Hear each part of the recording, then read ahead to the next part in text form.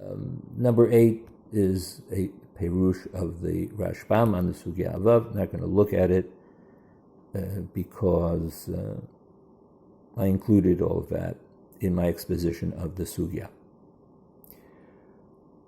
Okay, going to look at source number 9.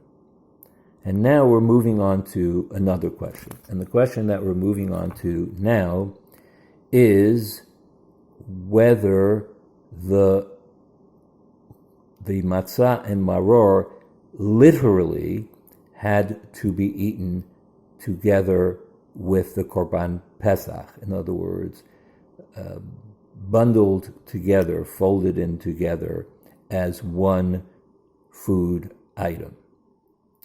And so we have in number 9, Mechilta de Rashbi, Mechilta de Rabbi Shimon Bar Yochai, which is a midrash on Sefer Shemot that originates with the midrashic school of Rabbi Akiva. Shimon Bar Yochai is a student of Rabbi Akiva, and this is as opposed to the Mechilta de Rabbi Ishmael, which, as the name suggests, contains midrashim from the school of Rabbi Ishmael. We're not going to get into the methodological differences between these two schools, though they exist and they've been discussed perhaps earliest by Rav David Tzvi Hoffman, then by Chanoch Albeck. Two most recent studies are two books by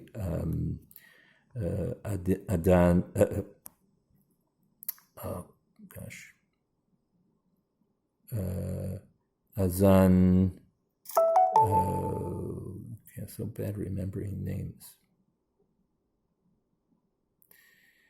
Okay, so I do remember the names of the book, and I apologize to the author. One is called Scripture and Logos. He brought that out first about the midrashic methods and ideology of the school of Rabbi Ishmael, and the second is called Scripture and Tradition. That's about the school of Rabbi Akiva.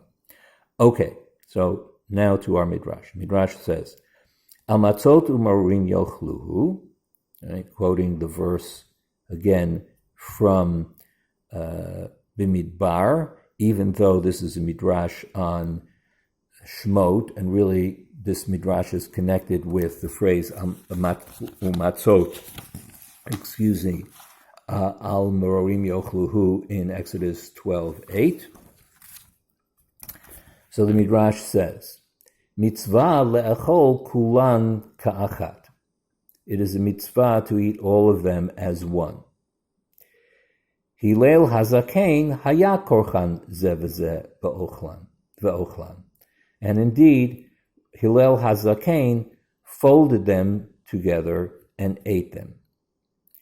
Yachol yu makvin ze et ze. So again, Yachol presents a possibility that's going to be rejected. So perhaps when we say they should be eaten together, that means if they were not eaten together, you did not fulfill the mitzvah properly, and that would mean that you would have to once again consume Pesach Matzah Maror, but this time together. Talmud Lomar, the verse says, Yochluhu, you shall eat it, afilu echad mehen, even one of them, and the way we're reading the Mechilta, we have to add the word, even one of them by itself. So notice how this is taking the particular, the meaning of yochluhu, they shall eat it. It is interpreting the it in diametrically opposite way, if we compare it to how we were reading it before, and apparently how Hillel reads it primarily. Right? We just mentioned 3 items with the Pesach, al matzot umorim. So now we have 3. So we would have expected yochlum, that they shall eat them, since there are 3 items. So the Midrash said, since it's described as an it means that they should be eaten as an it. They should be eaten all together as one. And that is the basis for Korech. But now the Midrash says, well, you could read Yochluhu another way. You could explain the disjuncture between three items being mentioned and the object, pronomial object, being singular, they shall eat it, as signaling to us that even though ideally you should eat them all together, if you take each one and eat it as an it, right, then you still have fulfilled each one of the mitzvot. Korban Pesach, the mitzvah of matzah, and the mitzvah of maror, which of course, by implication, is saying that maror is a mitzvah bifnei atzmo. Right? According to this midrash, it's saying that you might have thought the mitzvot are ma'akvot, that you would not fulfill the mitzvah or the mitzvah or mitzvot here if you ate each one separately. Answer, even if you eat each one separately, you have fulfilled your obligation. So I hope everybody sees that suggests that each one is an obligation. And you fulfilled each of the obligations when you eat each one separately. So if you think about it, the implication of the Mechilta is, or could be, that even after the destruction of the temple, maror, like matzah, is a separate obligation. And so there would be a mitzvah d'oraita to consume maror after the Churban, just as there is a mitzvah d'oraita, according to the Braita that we saw, of eating matzah after the Churban.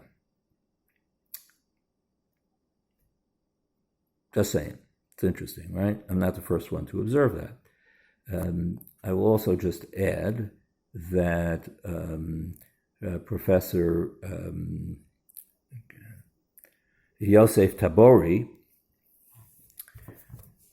says that if you look at how the word korech is used elsewhere in rabbinic literature, sometimes it means simply doing one thing right after the other, rather than physically binding things together. There is a contrast when there's a discussion of how the Shema is said. There is one view that you are poreis al hashma, which either means you somehow spread over the Shema or you divide it into two parts. And there is korech et hashma, and what korech seems to mean is opposed to, let's say, separating parts of the Shema, as in poreis, separating possibly by having a call response of Shema on the one hand and Baruch Shem Kvod Malchuto on the other, Shema by the Chazan, Baruch Shem by the Kahal. I don't have the sugya in front of me, so my presentation is a little hazy here. May not be entirely accurate, but what is accurate for sure is that korech is understood as meaning not leaving time between verses, right? So you're bundling the verses together in the sense that you're doing one immediately after the other. Therefore, says Tabori, you could say that actually when the verse says mitzvah lo chlan kulam kachat and Hillel hazakein hayat korchan ze bazeh, what it means is that Hillel hazakein made sure to eat each one after the other. Not that he physically created a sandwich, as we do, but that he was careful to eat each one immediately after the other. Obviously, that's not how it has come to be understood, but I'm mentioning it. Okay. So now we go on to source number 10 on page 3, and this is a challenging discussion of korech and whether there is an obligation or not, and if there is such an obligation, how essential is it? Is it a deal breaker? So I've written here, the sugya below is based in part on the assumption that the simultaneous consumption of two foods that one is required to eat may possibly invalidate the fulfillment of the mitzvot in question, presumably because one must fully taste each food in order to fulfill one's obligation. It is further assumed that it is true in any case that consuming non-obligatory food together with food that one is required to eat will definitely invalidate the fulfillment of the mitzvah. Third, a food that one is only obligated to eat rabbinically is considered non-obligatory food relative to biblically mandated food. And something that we should note here is that there are two ways of understanding why one act should invalidate the other. One is that part of the mitzvah is tasting. And so if you put two kinds of food in your mouth, the taste of one interferes with the taste of the other. But if both tastes are mitzvah tastes, then maybe that isn't a problem. Number two, it may be that when you are expected to fulfill a maaseh mitzvah, you are vitiating, you're diluting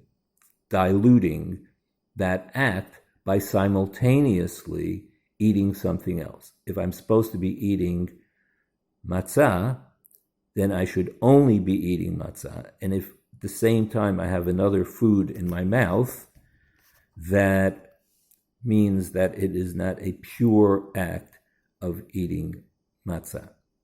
Okay? Okay, so now at the bottom of 3. By the way, and this has been pointed out before we start, you could argue, according to the second interpretation, that it is worse to eat two obligatory foods at the same time than to eat an obligatory food and a non-obligatory food, right? Because if you're eating two obligatory foods, then when you want to fulfill a mitzvah, you have to decide in this act of eating, are you doing A, you're doing mitzvah A, or are you doing mitzvah B? And right? So if you say mitzvot mivatlot zo, and there is such a view, what you're saying is this can't be a mitzvah act for two different mitzvot at the same time. It has to be one or the other. And since you're doing both at the same time, it's neither. On the other hand, if I eat something non-obligatory at the same time that I'm eating something that is obligatory, I can say, I'm doing the mitzvah. So what happens, I have something else in my mouth while I'm doing the obligatory eating. Maybe it's not the best way to fulfill the mitzvah, but in terms of mitzvot, I only have to attribute this act to one mitzvah. And I can do that. It's eating matzah together with, I don't know, something else. Kosher LePesach margarine, whatever. Okay. And also, I say, please note that the first sage by the name of Hillel, who is mentioned, is not the famous Hillel, but a much later rabbi. That definitely has potential for being confusing. So now we have Amar Ravina, a late 7th century Amora, so now we're in the 5th century. Amar li Rav Misharshia, also a late Amora, Berei de Rav Natan, son of Rav Natan, Hachi Amar Hillel Mishmei de Gemara. Thus said Hillel, again an Amoraic rabbi, in the name of the Gemara, and Gemara refers to a an anonymous corpus of tradition that was handed down.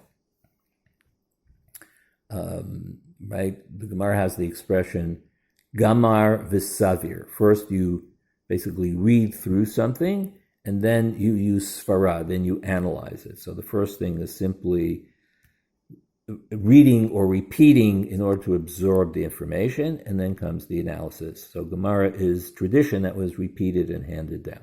Okay, so Hillel said in the name of the Gemara, Lo nichroch inish matzah umaror bahade hadadi v'nechol. One should not bundle together matzah and maror, right? Nichror, to bundle, bahade hadade together, v'nechol, and eat it. Why not? Mishum, because the Svira land, we are of the opinion that, we have the svara that, matzah bisman hazeh d'oraita, matzah in our time is a biblical obligation, umaror d'Rabbanan, and maror is a rabbinic obligation, va'ate maror d'Rabbanan, umavtile l'matzah d'oraita. And the act of eating the maror, which is only rabbinic, nullifies the act of eating matzah d'oraita. Okay? And here, right, it is not spelled out why that is. Is it because of the taste, right? Because the tasting, if the act of obligatory eating has to include the tasting of the food, which actually is discussed elsewhere in Masechet Pesachim, then you are eating something that's getting in the way of tasting that food. Va'afilu leman amar mitzvot ein mevatlo zo et zo, and even according to the view that mitzvot einan mevatlot zo et zo, mitzvot do not cancel out each other. In other words, if you're eating two obligatory foods simultaneously or performing an act that fulfills two mitzvot simultaneously, they do not nullify each other. So if I was eating two biblically obligatory foods at the same time, there wouldn't be a problem. Hani mili, right, and that's a phrase of limitation. This is so, these words are so. Doraita b'doraita, if I'm eating two biblically obligated foods. O d'rabanan b'drabanan, to rabbinically obligated foods. Aval doraita u d'rabanan, ati d'rabanan, umavtil le d'oraita.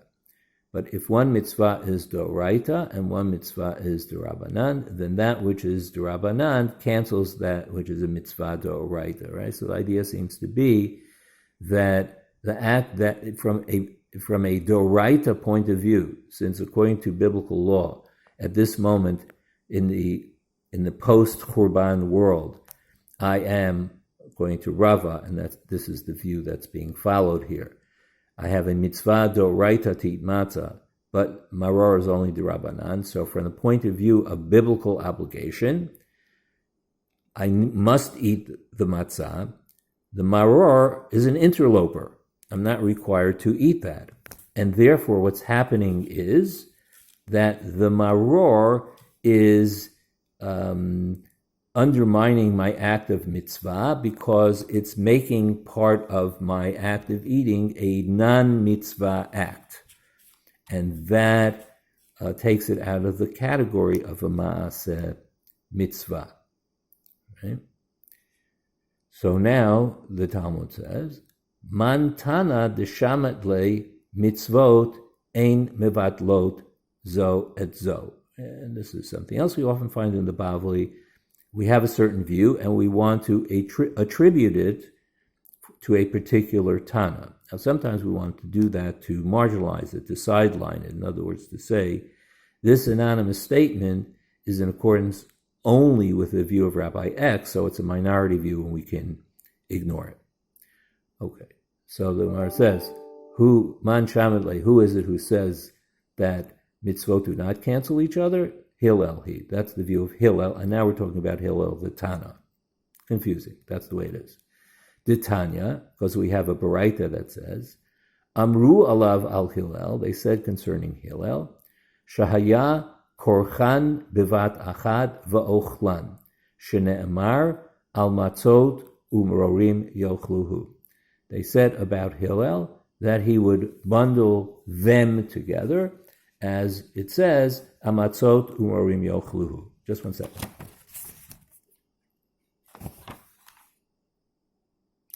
Right. So, if we read it carefully, in this rendering, you could say that it means only matzah and maror, because those are the only two that he mentions. But since the statement al matzot u'morim yochluhu is made with regard to Korban Pesach, probably he means, and this is what seems to be the case from other sources, he means you'd eat Pesach, matzah, and maror together. That emerges from this tradition as appears in other sources, including the Yerushalmi. Okay. Amar Rabbi Yochanan. Rabbi Yochanan said, Cholkin alav chavirav al Hillel. So with Rabbi Yochanan, in a sense, we have exactly what I described to you before, which is, now that we've said that this is the view of Hillel, it's possible for Rabbi Yochanan to say, and it's not clear entirely, well, it's not clear what his basis is for saying this. Is it a specific source or a tradition that he heard? That his colleagues, Hillel's colleagues, Cholkin alav, disagreed with him, which presumably would mean that you don't eat Pesach and Matzah and Maror together. So now, we have a Braita that indicates that, the Tanya, because we have a Braita that says, Yachol yehei korchan bevat achad va'ochlan kiderech shehilel ochlan, right? So you might have thought that you should bundle them all together and eat them together as Hillel was wont to do. Talmud lomar al matzot umrorim yochluhu. The pasuk says, "Matzot together with matzot and umrorim you shall eat it." Afilu ze bifnei atzmo, v'ze bifnei atzmo. Even one on its own and one on its own. Exactly what we saw in the Mechilta, the Rabbi Shimon Bar Yochai, the same drasha.